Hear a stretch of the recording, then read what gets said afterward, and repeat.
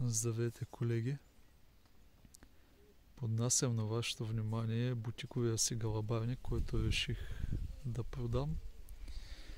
Става въпрос за галабарник, който е направен с много мерак и средства. Направен е така, че хем да е естетически красив, същевременно с това е максимално функционален и удобен за птиците, които гледаме. Както се вижда, направен е изцяло от дърво.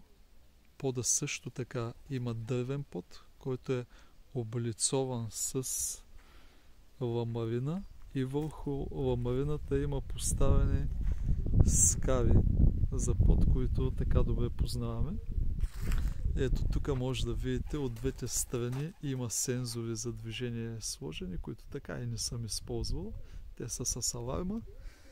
Това, което посочвам в момента, цялото се отваря. Това е място, откъдето птиците могат да влизат и да излизат. Куките, които виждате от предните страни, са направени за поставяне на прозрачен винил за зимата. Винила също е наличен в идеално състояние. Ето виждате задната страна. Всичко е маслирано и лакирано, съставено умишлено, за да е максимално красиво. Ето как е и задната страна. Сега влизаме вътре. Така. Ето тук може да видите кацалата, които са направени с обков. Това са кацалата за гълъбите. Ето тук е едно надлъжно кацало. За каква красота става на въпрос. Така, тези кацала надлъжните са с скави също така. За максимална хигиена. Тук от слънцето не мога да заснимам много добре. Ето виждате, пода е с скави. Има едно-две косурчета на едно-две места. Ето това е, нали, което мога да покажа като някакъв дефект, който се е получил. Тук имаме една прекрасна хранилка за гълъби, поилка и нагревател за зимата. Вратата е с двойна вътрешна и външна ламперия. Отново с обков. Ето сега показвам под покривното пространство. Съответно е едно от любимите места, където кацат гълъбите и отвътре и отвънка. А тук можете да видите и 4 развъдни бокса. Даже 5 бих казал, защото пространство отгоре също е място, където птиците използват. Така.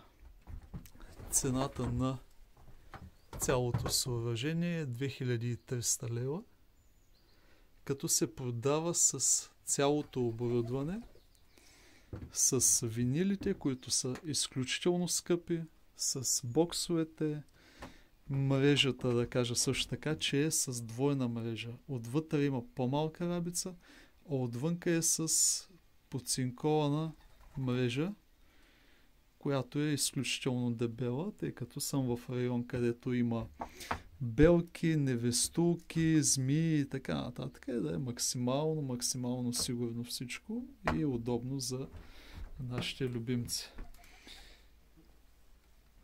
Също така, галабарника би могъл да бъде пренесен, вземането единствено и само от място, може да бъде пренесен с малка платформа, не голяма. Сега ще ви покажа и боксовете. Ето как се отварят. И двете страници могат да бъдат отворени.